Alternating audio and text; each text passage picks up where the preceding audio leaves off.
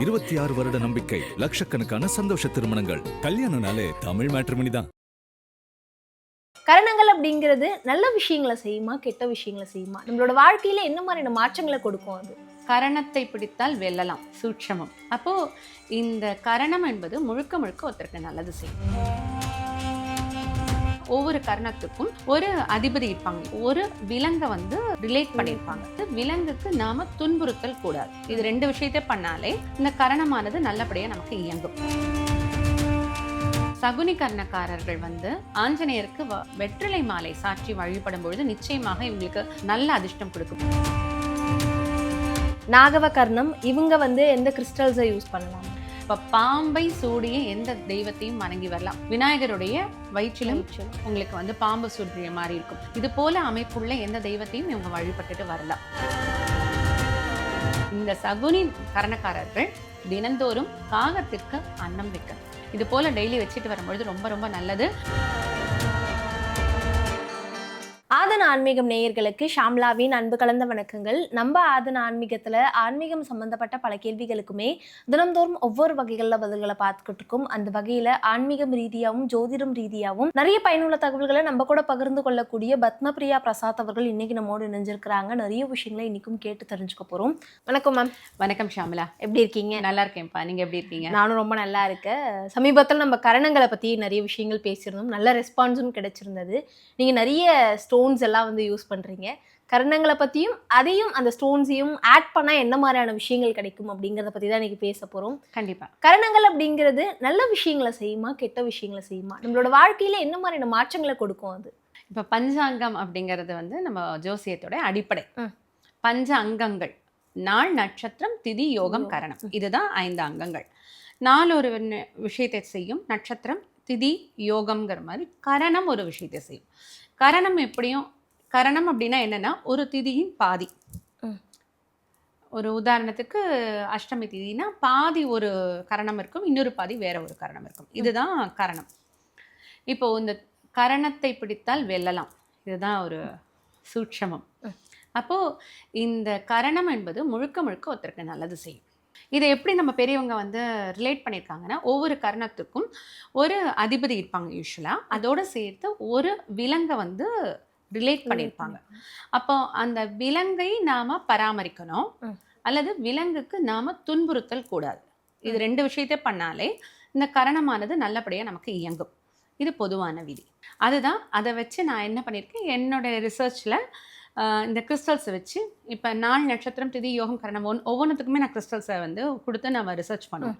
அப்படி ஒரு பர்டிகுலர் கரணத்துக்கு அதனுடைய ரிலேட்டான ஒரு கிறிஸ்டலை கொடுத்து பார்த்தா இன்னும் எப்படி ஆக்டிவேட் ஆகுது அப்படின்னு பார்க்கும்பொழுது அது நல்ல விதமாக நமக்கு நல்ல ரிசல்ட் கொடுத்துருக்கு. இன்னும் சீக்கிரமாக அந்த ஒரு விஷயத்தை நமக்கு நல்ல பலனாக கொடுத்துருக்கு. அப்படிங்கும்பொழுது அதை நம்ம மக்களுக்கு சொல்லலாமே அப்படின்ட்டு தான் இந்த டாப்பிக்கை நம்ம எடுத்திருக்கோம். கண்டிப்பாக 11 கர்ணங்கள் இருக்குது.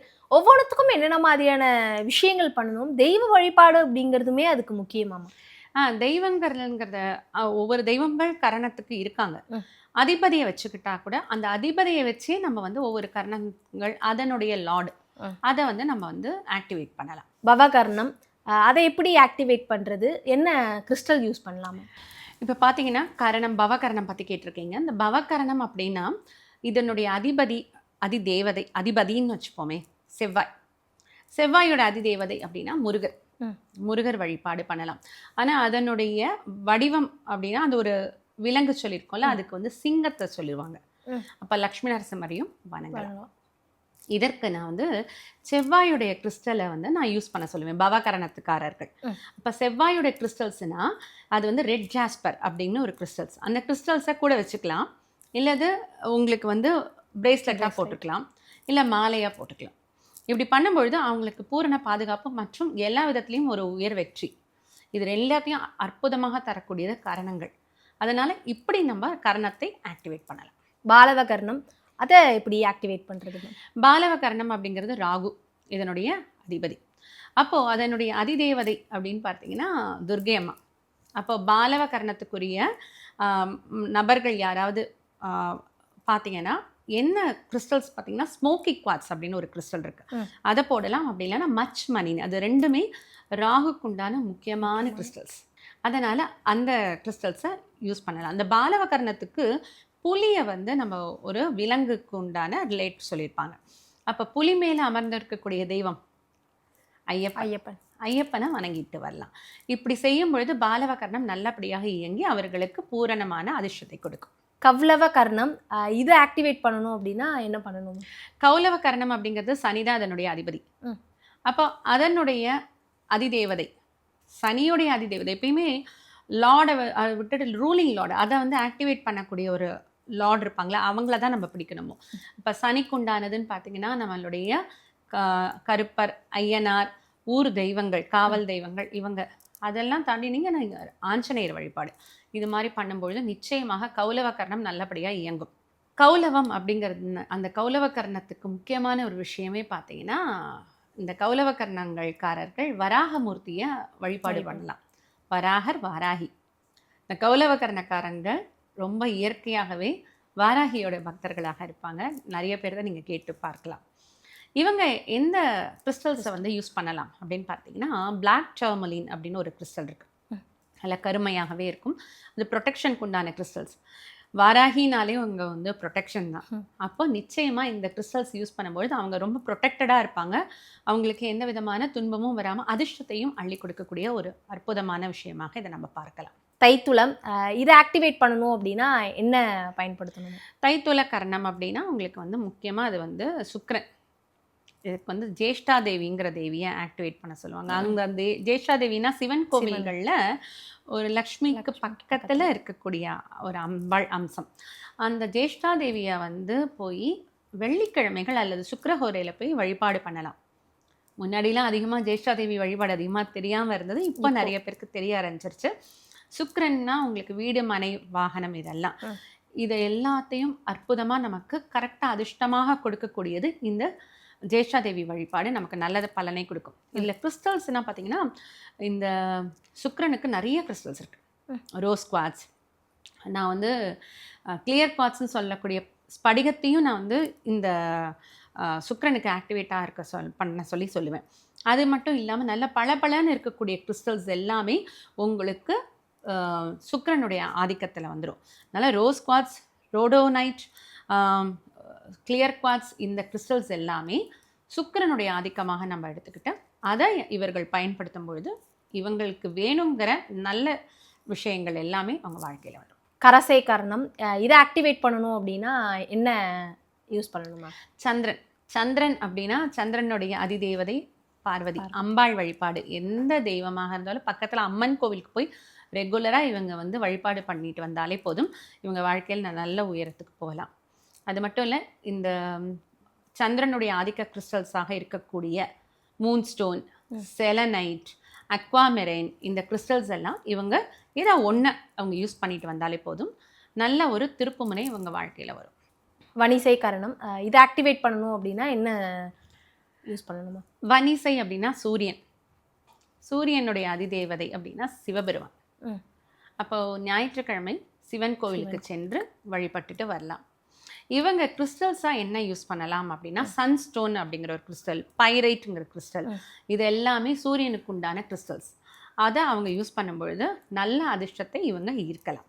பத்திரை கர்ணம் இதை ஆக்டிவேட் பண்ணணும்னா என்ன ஸ்டோன் யூஸ் பண்ணணும்? பத்திரகர்ணம் அப்படின்னு பார்த்தீங்கன்னா அது கேதோட ஆதிக்கம். கேதுவோடைய ஆதிக்கம், கேதுக்கு யாரு? விநாயக பெருமான். அப்போ விநாயகருக்கு எல்லா இடத்துலையும் நம்ம வந்து பார்க்கக்கூடிய தெய்வம், ஒவ்வொரு முக்கு இருக்கக்கூடியவர். அப்படிங்கும் பொழுது பார்த்து அவங்கள ஒரு 2 நிமிஷம் வணங்கிட்டு அதுக்கப்புறம் அவங்க வேலைகளை தொடரலாம்.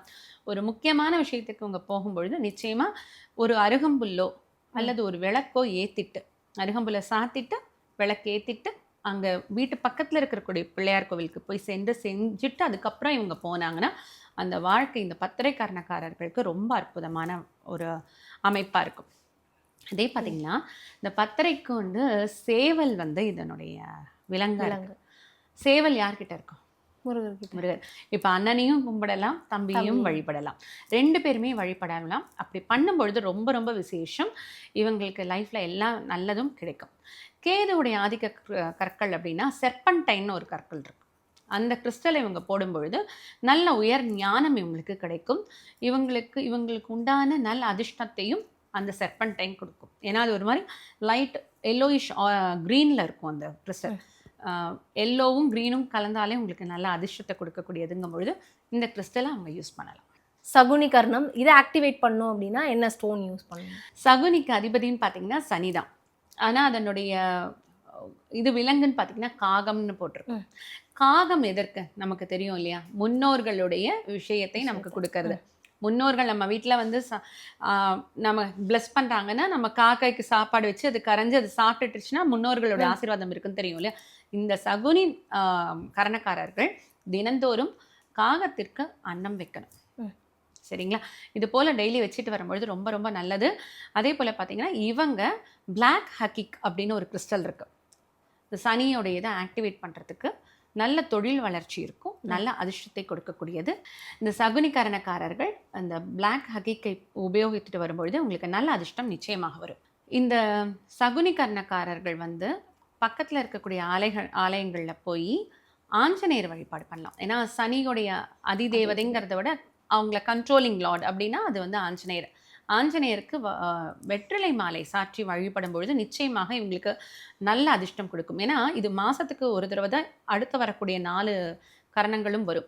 அப்போது மாதத்துக்கு ஒரு தடவையாச்சும் போய் கோவில்களில் திருக்கோவில்களில் ஆஞ்சநேயருக்கு வெற்றிலை மாலை போட்டுட்டு வரலாம். சதுஷ்பாத கர்ணம் இதை ஆக்டிவேட் பண்ணும் அப்படின்னா என்ன கிறிஸ்டல் யூஸ் பண்ணணுமா? இந்த சதுஷ்பாதம் அப்படிங்கிறதுடைய விலங்கு பார்த்தா நாய்.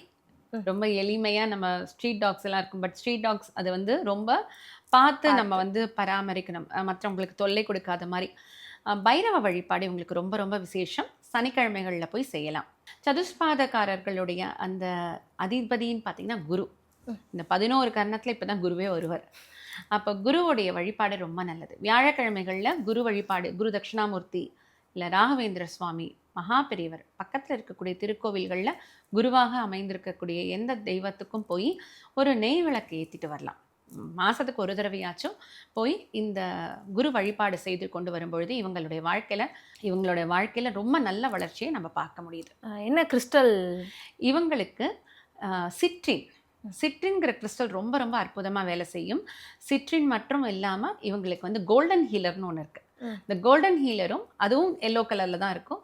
அந்த கிறிஸ்டலும் இந்த சதுஷ்பாத கர்ணக்காரர்களுக்கு ரொம்ப அற்புதமாக வேலை செய்யும். நாகவ கர்ணம் இவங்க வந்து எந்த கிறிஸ்டல்ஸை யூஸ் பண்ணலாமா?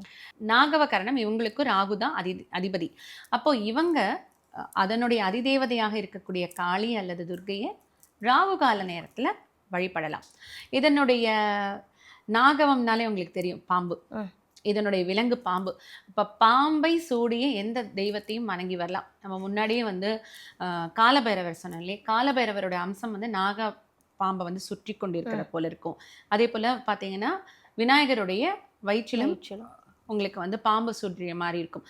இது போல அமைப்புள்ள எந்த தெய்வத்தையும் இவங்க வழிபட்டுட்டு வரலாம்.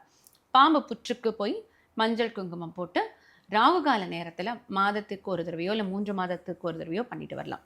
இவர்கள் என்ன கிறிஸ்டல்ஸை யூஸ் பண்ணலான்னா எகெயின் ஸ்மோக்கி குவாட்ஸ் இவங்களுக்கு ரொம்ப நல்ல வேலையை செய்யும். அதனால் அந்த ஸ்மோக்கி குவாட்ஸை யூஸ் பண்ணி இவங்களுக்கு நல்ல ப்ரொடெக்ஷன் ப்ளஸ் நல்ல ஒரு வளர்ச்சி ரெண்டுத்தையும் இந்த ஸ்மோக்கி குவாட்ஸ் அவங்களுக்கு தரும். கிம்ஸ்துக்னம் இதை ஆக்டிவேட் பண்ணணும் அப்படின்னா என்ன யூஸ் பண்ணணும்? நம்ம இது வரைக்கும் பார்க்காத ஒரு அதிபதின்னு பார்த்தீங்கன்னா புதன். அந்த புதன் தான் இந்த கிம்ஸ்துக்னம் அப்படிங்கிற கரணத்துக்குரிய அதிபதி. இவர்கள் புதனுடைய அதிதேவதையாக இருக்கக்கூடிய விஷ்ணுவை வழிபடலாம். புதன்கிழமை அன்னைக்கு நல்ல பச்சை வண்ணத்தில் இருக்கக்கூடிய எல்லா கிறிஸ்டல்ஸும் யூஸ் பண்ணலாம். அதில் பார்க்க போனால் க்ரீன் அவென்ச்சுரின், பெரிடாட், ஜேட் இதெல்லாம் ரொம்ப அற்புதமாக இவங்களுக்கு வேலை செய்யும். அதே போல் பார்த்திங்கன்னா அந்த கிம்ஸ்துக்னத்துடைய ஒரு விலங்காக புழு அப்படிங்கிறத கொடுத்துருப்பாங்க. புழுங்கிறது அட்டைப்பூச்சியோடைய அந்த ஃபேமிலியில் வருது. அட்டைப்பூச்சியவே தன் கையில் ஏந்திய ஒரு பெருமான் தன்வந்திரி பெருமான். அந்த தன்வந்திரி பெருமானை பக்கத்தில் இருக்கக்கூடிய ஆலயங்கள் எங்கேயாவது பார்த்தீங்கன்னா போய் இந்த கிம்ஸ்துக்னக்காரர்கள் வழிபடும் பொழுது இவங்களுக்கு நல்ல ஒரு உயர்வு இவங்களுடைய வாழ்நாளில் நிச்சயமாக கிடைக்கும். அதிர்ஷ்டத்தை கொடுக்கும். ஏன்னா புதன் என்பதே அதிர்ஷ்டம் தான். அதிர்ஷ்டத்தை கொடுக்கக்கூடிய பெருமானாக தன்வந்திரி பெருமான் இருப்பார். கர்ணங்களை பற்றி இவ்வளோ நேரம் நிறைய விஷயங்கள் பேசியிருந்தோம். 11 வகையான கர்ணங்கள் இருக்குது. அதுக்கு என்னென்னதெல்லாம் எப்படி ஆக்டிவேட் பண்ணணும் அப்படின்னு. ஆனால் இப்போ நிறைய பேருக்கு இருக்க ஒரு கேள்வி என்னவா இருக்குன்னா, என்னோட ஜாதகத்தில் நான் எப்படி கர்ணத்தை கண்டுபிடிக்கிறது, எனக்கு எப்படிங்க தெரியும் அப்படின்னு. அதை எப்படிமா பார்க்குறது? பார்த்தீங்கன்னா உங்களோட ஜாதகத்தில் மேலேயே ஒரு குறிப்பு இருக்கும். உங்கள் பேர், உங்கள் தந்தை தாயோடைய பேர் இருக்கும், கீழே பிறந்த நாள் நேரம், அதனுடைய எந்த ஊருன்னு இருக்குமோ அதுக்கு கீழே பார்த்தீங்கன்னா உங்களுக்கு எந்த திதியில் பிறந்தீங்க, எந்த நாளில் பிறந்தீங்க, எந்த யோகம், எந்த கரணம், இது எல்லாம் வந்துடும். அப்போ அதில் வந்து கரணத்தில் இந்த 11 கரணத்தில் நிச்சயமாக ஒரு கரணத்தில் தான் நீங்கள் பிறந்திருப்பீங்க. அதனால் அந்த கரணத்தை உங்களுடைய ஜாதக புக்கில் முன்னாடி இருக்கக்கூடிய குறிப்பிலேருந்து நீங்கள் தெரிந்து கொள்ளலாம். கண்டிப்பாக கர்ணங்களை பற்றி நிறைய தகவல்களை பகிர்ந்துக்கிட்டீங்க. மிக்க நன்றிம்மா. மிக்க நன்றிம்மா.